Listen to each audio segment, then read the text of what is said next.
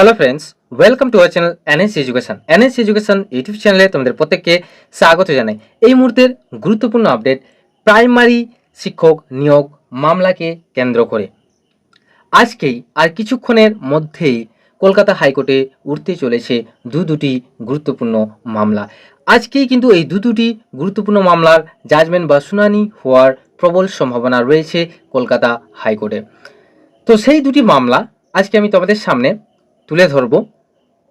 ওর যে কত নম্বর কোর্টে, কোর্ট নাম্বার কততে ওদের হেয়ারিং হবে এই দুটো মামলার, এবং কার কার বেঞ্চে হবে, কোন বেঞ্চে, ডিভিশন বেঞ্চে না সিঙ্গেল বেঞ্চে, ইজ অ্যান্ড এভরিথিং তোমাদের সামনে সব কিছু কিন্তু তুলে ধরবো। প্রথম যে মামলা, যেটা হচ্ছে 2014 সালের ওএমআর সিটের মামলা, আরেকটা হচ্ছে 2017 সালের প্যানেল প্রকাশের মামলা, যে প্যানেলে প্রায় বলা যেতে পারে 42,949 জনের ভ্যাকেন্সি ছিল, এবং সেখানে কিছু কারচুপির জন্য কিন্তু এই প্যানেলটির ওপর কিন্তু মামলা দায়ের করা হয়। তো সেটা নিয়ে আমি তোমাদের সামনে তুলে ধরবো। তো আজকে প্রথম আমি তোমাদেরকে আপডেট দিব যে 2014 সালের ওএমআর সিটের মামলা, যার কেস টাইপ তোমরা অন স্ক্রিনে দেখতে পাচ্ছ, WPA, ফাইলিং নাম্বার যেটা হচ্ছে 2012/2022, রেজিস্ট্রেশন নাম্বার 2005/2022। ফার্স্ট হিয়ারিং প্রথম শুনানি হয়েছিল 8ই ফেব্রুয়ারি 2022 সালে।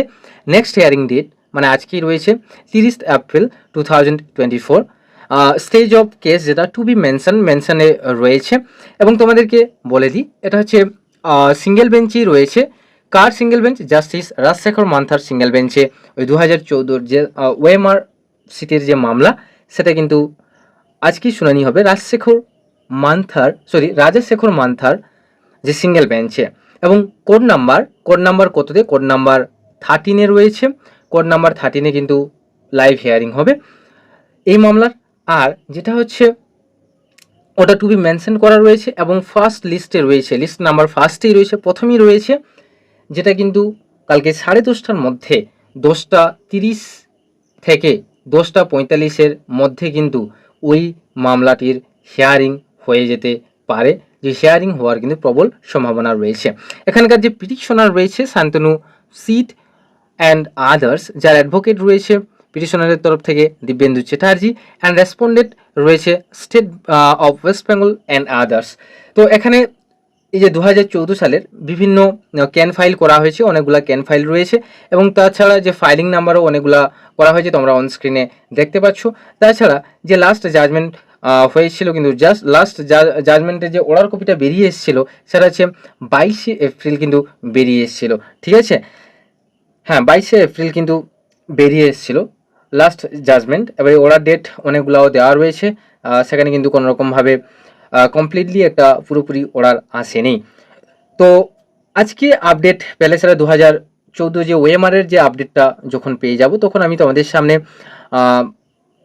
ভিডিওর আকারে আপডেট দিয়ে দেবো, বা যদি লাইভে আসা সম্ভব হয় তাহলে লাইভে এসে আপডেট দিয়ে দেবো। আমাদের এই চ্যানেল হোক, নাহলে যে আমাদের ফার্স্ট চ্যানেল ছিল যেটা এনএসজি এডুকেশন বলে একই নামে, তো সেই চ্যানেলে আপডেট পেয়ে যাবে তোমরা। বর্তমানে এই চ্যানেলে আমি লাইভে আসতে পারবো না, কারণ এখনও আমাদের 50 জন যে ফ্যামিলি মেম্বার্স পূরণ হয়নি বা পুরোপুরি হয়নি। যদি তোমাদের এই ভিডিওটি ভালো লেগে থাকে তাহলে অবশ্যই একটা লাইক করো এবং বন্ধুদের শেয়ার করো। তাছাড়া যদি তোমরা চ্যানেলের নতুন যদি হয়ে থাকো তাহলে আমাদের এই চ্যানেলটিকে আপাতত সাবস্ক্রাইব করো, এবং পাশে থাকা বেল আইকনটিকে প্রেস করো। এই ধরনের আরও নিত্য নতুন আপডেট আছে, তোমরা ভিডিওটি পুরো লাস্ট পর্যন্ত দেখতে থাকবে, কারণ আরও একটা আপডেট তোমাদেরকে দেওয়া হয়নি, যেটা হচ্ছে 2017 সালের যে প্যানেল প্রকাশ মামলা, তার উপর আপডেট। তো তোমাদের সামনে সেটা অন স্ক্রিনে এই মুহূর্তে তুলে ধরতে চলেছি। তো 2017 সালের যে প্যানেল প্রকাশ মামলা, যেটা কেস টাইপ হচ্ছে মেট মামলা নামে পরিচিত, ফাইলিং নাম্বার হচ্ছে 2461/2023। এবারে হচ্ছে রেজিস্ট্রেশন নাম্বার যেটা দেখতে পাচ্ছ 2444/2023। ফার্স্ট হিয়ারিং ডেট কবে হয়েছিল? প্রথম শুনানি 20 ডিসেম্বর 2023 হয়েছিল। নেক্সট হিয়ারিং হচ্ছে 30 এপ্রিল মানে আজকেই 2024-এ। এবারে স্টেজ অফ কেস কি? যে এক্সটেনশন অফ ইন্ট্রিম অর্ডার, কিছু অর্ডার দেওয়া হয়েছিল এক্সটেনশনের জন্য, মানে টাইম দেওয়া হয়েছিল। তো এবারে কার বেঞ্চে রয়েছে? এটা ডিভিশন বেঞ্চে রয়েছে জাস্টিস তপব্রত চক্রবর্তী এবং অনারেবল জাস্টিস পার্থ সারথী চ্যাটার্জির ডিভিশন বেঞ্চে রয়েছে। এবার যদি আমাদেরকে বলে দিই, এই যে অ্যাফিলিয়েট সাইট যেটা রয়েছে কলকাতা হাইকোর্টের, যে কোচ লিস্ট নাম্বার কোড নাম্বার 11-এ রয়েছে, এটা কোড নাম্বার 11-এ এর শুনানি হচ্ছে 2017 প্যানেলের। যে প্যানেল প্রকাশের মামলাটি কোড নাম্বার 11-এ হচ্ছে লাইভ হিয়ারিংয়ের সমেত, এবং এটা যে এক্সটেনশন অফ ইন্ট্রিম অর্ডারের 4 নম্বর সিরিয়ালে রয়েছে। তো আশা করা যায় এটা কিন্তু 10:30 থেকে 11টার মধ্যে এর ফাইনাল হিয়ারিং কিন্তু চলে আসবে, বা শুনানি কিন্তু হয়ে যাবে, বা হয়ে যাওয়ার প্রবল সম্ভাবনা রয়েছে। যে এই মামলার যে পিটিশনার অ্যান্ড অ্যাডভোকেট যারা রয়েছে, সেটা হচ্ছে West Bengal board of primary education and ANR advocate যিনি রয়েছেন তিনি হচ্ছেন কৌশিক চৌধুরী, আর রেসপন্ডেন্টের তরফ থেকে রয়েছেন রাজেশ মল্লিক অ্যান্ড আদার্স। তো এই মামলাতেও অনেকগুলা মোটামুটি অর্ডার হয়েছে, অর্ডার হওয়ার পরেও কিন্তু কোনো রকম ওর মানে সম্ভাব্য একটা শুনানি দেওয়া হতে পারেনি। প্রথমে এই মামলাটি ছিল সিঙ্গেল বেঞ্চে।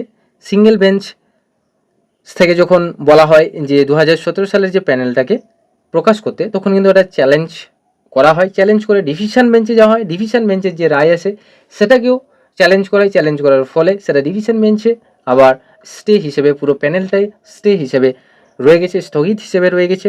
তো আজকেই কিন্তু ওই যে মামলা 2017 সালে যে প্যানেল বাতিল প্যানেল প্রকাশের যে মামলাটি, ওটা কিন্তু আজকে উঠতে চলেছে। তো এটা কিন্তু খুবই গুরুত্বপূর্ণ একটা কি বলতে পারি, যে শুনানি যেটা বলা যেতে পারে, বা হেয়ারিং বলা যেতে পারে বিচারপতি দ্বয়ের দ্বারা, যেটা আসতে চলেছে বা হতে চলেছে। তো তোমরা প্রত্যেকেই কিন্তু ওটাও কিন্তু লাইভ হেয়ারিং হবে কোড নাম্বার 11-এ।